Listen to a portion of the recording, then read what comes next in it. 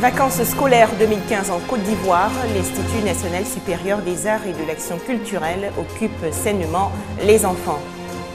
Les tailleurs ambulants ou Toklo, un service à domicile pratique et bon marché.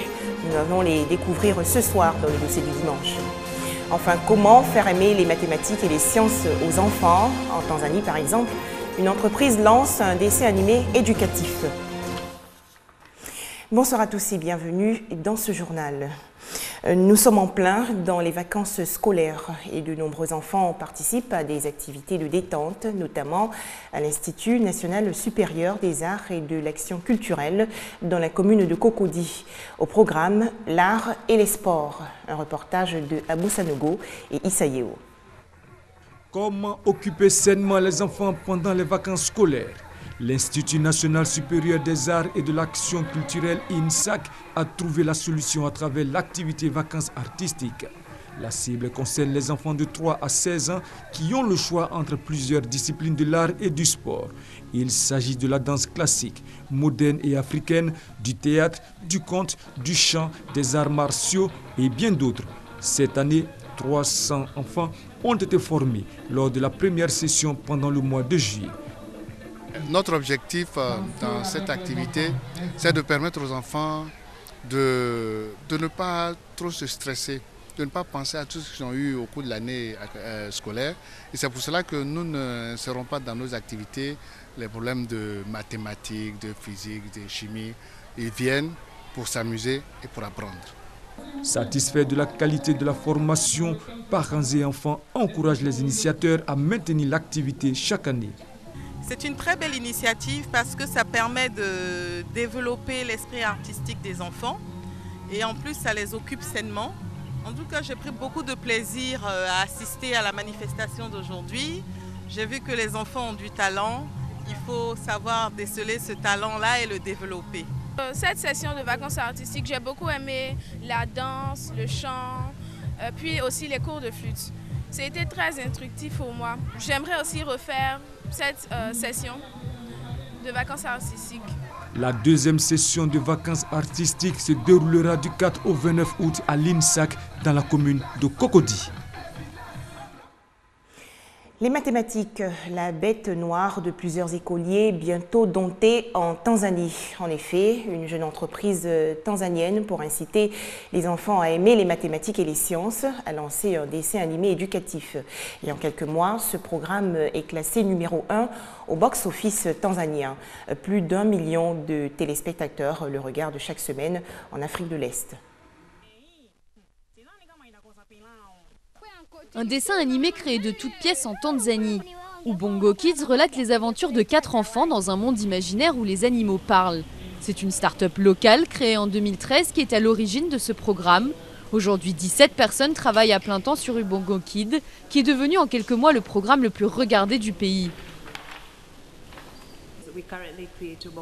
Nous sommes en train de travailler sur Ubongo Kids, un dessin animé avec un contenu éducatif axé sur les mathématiques et les sciences à travers des histoires et des chants.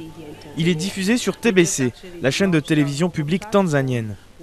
Nous venons de lancer une plateforme SMS interactive où les enfants peuvent interagir. Ils peuvent répondre à des quiz et avoir des réponses de leurs personnages préférés. Chaque semaine, près de 1,2 million de téléspectateurs suivent la série, récemment traduite en anglais et disponible au Kenya et en Ouganda. Diffusée pour la première fois en janvier 2014, Ubongo Kids a vu le jour grâce à une équipe de 5 cofondateurs au parcours bien différent. Le directeur artistique d'Ubongo Media a enseigné en chanson pendant 15 ans dans des écoles primaires avant de lancer le dessin animé. Selon lui, l'enseignement ludique peut favoriser l'apprentissage. Quand j'étais à l'école primaire, je trouvais les mathématiques très difficiles. Parfois, je ne comprenais pas l'enseignant. Non pas parce que je ne connaissais pas les mathématiques, mais à cause de la manière de l'enseigner. Je ne voyais pas le rapport entre les maths et ma vie. Dans un pays marqué par l'absence de divertissement pour les enfants, un manque de professeurs et des classes surchargées, Ubongo Kids offre une alternative et rencontre un franc succès. Chaque semaine, des écoliers du quartier viennent visionner un nouvel épisode avant sa diffusion et les retours sont positifs. J'ai toujours aimé les divisions, mais les divisions étaient très difficiles à l'école. Ubongo Kid m'a aidé à mieux comprendre les divisions. Maintenant je comprends, ce n'est plus un problème pour moi. Ma prof était très étonnée. L'équipe d'Ubongo Media travaille actuellement sur la sortie d'un nouveau dessin animé pour apprendre l'anglais aux enfants âgés de 3 à 7 ans et espère pouvoir exporter son concept sur le continent africain et asiatique.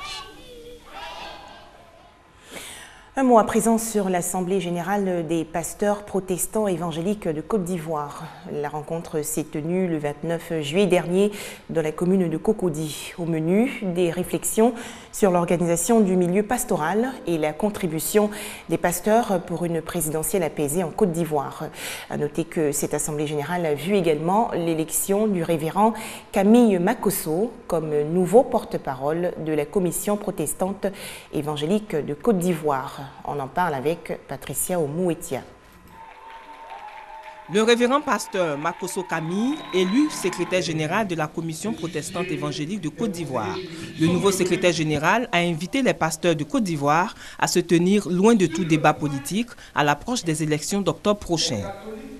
La Commission protestante rappelle que l'Église protestante évangélique reste apolitique et neutre dans l'organisation des prochaines élections. Le révérend pasteur a évoqué les difficultés que rencontrent les pasteurs dans l'exercice de leurs fonctions, notamment la fermeture de certaines églises et la non-reconnaissance de la carte d'identité pastorale. Les conclusions des travaux seront présentées aux autorités ivoiriennes dans les prochains jours. La Commission protestante évangélique de Côte d'Ivoire compte 80 fédérations et collectifs. Elle revendique 10 118 membres officiellement recensés sur l'ensemble du territoire et regroupe 7 millions de chrétiens, soit 35% de la population ivoirienne. Le Burundi craint une escalade de la violence suite à la mort de son chef de la sécurité intérieure. Adolphe Shimirimana, le bras droit du président Nkurunziza, a été tué aujourd'hui à Bujumbura dans une attaque à la roquette. Aux États-Unis, la Californie en proie aux flammes. Plus de 9000 pompiers luttent contre un important incendie. Le sinistre a causé la mort d'un sapeur-pompier et des milliers de personnes ont été évacuées. À présent, place au dossier du dimanche.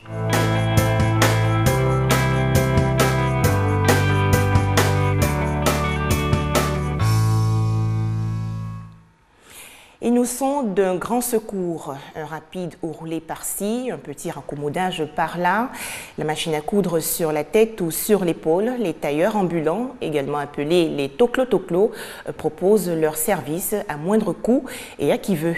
Un travail pénible mais qui fait vivre leur famille. Découvrons ensemble ce métier.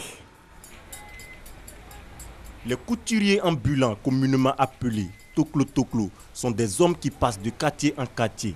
De vieilles machines à coudre portées sur l'épaule. Ils signalent leur présence en faisant du bruit avec leurs ciseaux.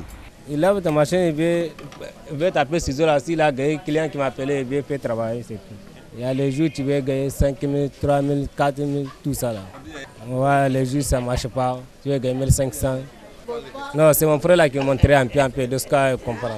Il vient à 8h30 comme ça, il descend à 17h. Il recommence seulement. Ahmed est couturier ambulant. Il exerce ce métier depuis plus d'1 an dans la commune de Cocody, une activité qui lui permet de prendre sa famille en charge. Il paie maison, il paie ça à 15 000 à Belkosra.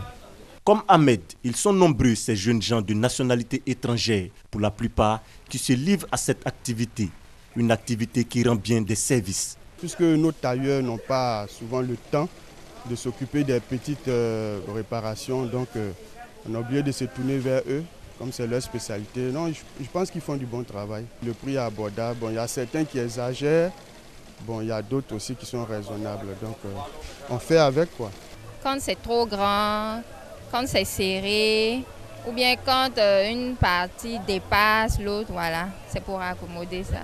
En tout cas, moi, mon zoom, il a toujours bien réussi, mais rattrapage, donc il n'y a pas de problème à ce niveau. En plus des toklo-toklo qui parcourent des kilomètres à la recherche d'une clientèle, il y a ceux qui restent sur place et qui ont pour spécialité la retouche de la friperie. Ici, dans la commune d'Adjamé, Amadou en a fait son métier. Il y a les femmes aussi qui viennent, les clientes qui viennent quand leur habit est gros. Elles viennent et puis on arrange pour eux. Demain, il y a les autres femmes même qui m'appellent là-bas pour m'envoyer des clients pour lui dire que mon travail est bien fait. C'est mon métier. C'est un métier là, moi, de nourrir ma famille. J'ai appris le métier jusqu'à... J'ai fini maintenant de travailler pour moi-même. On a laissé notre parent depuis 10 ans comme ça, 11 ans, on est en étranger, on compte sur ce métier. S'ils font la joie de certains, pour d'autres, ce n'est pas le cas. Il est arrivé que ce soit bon.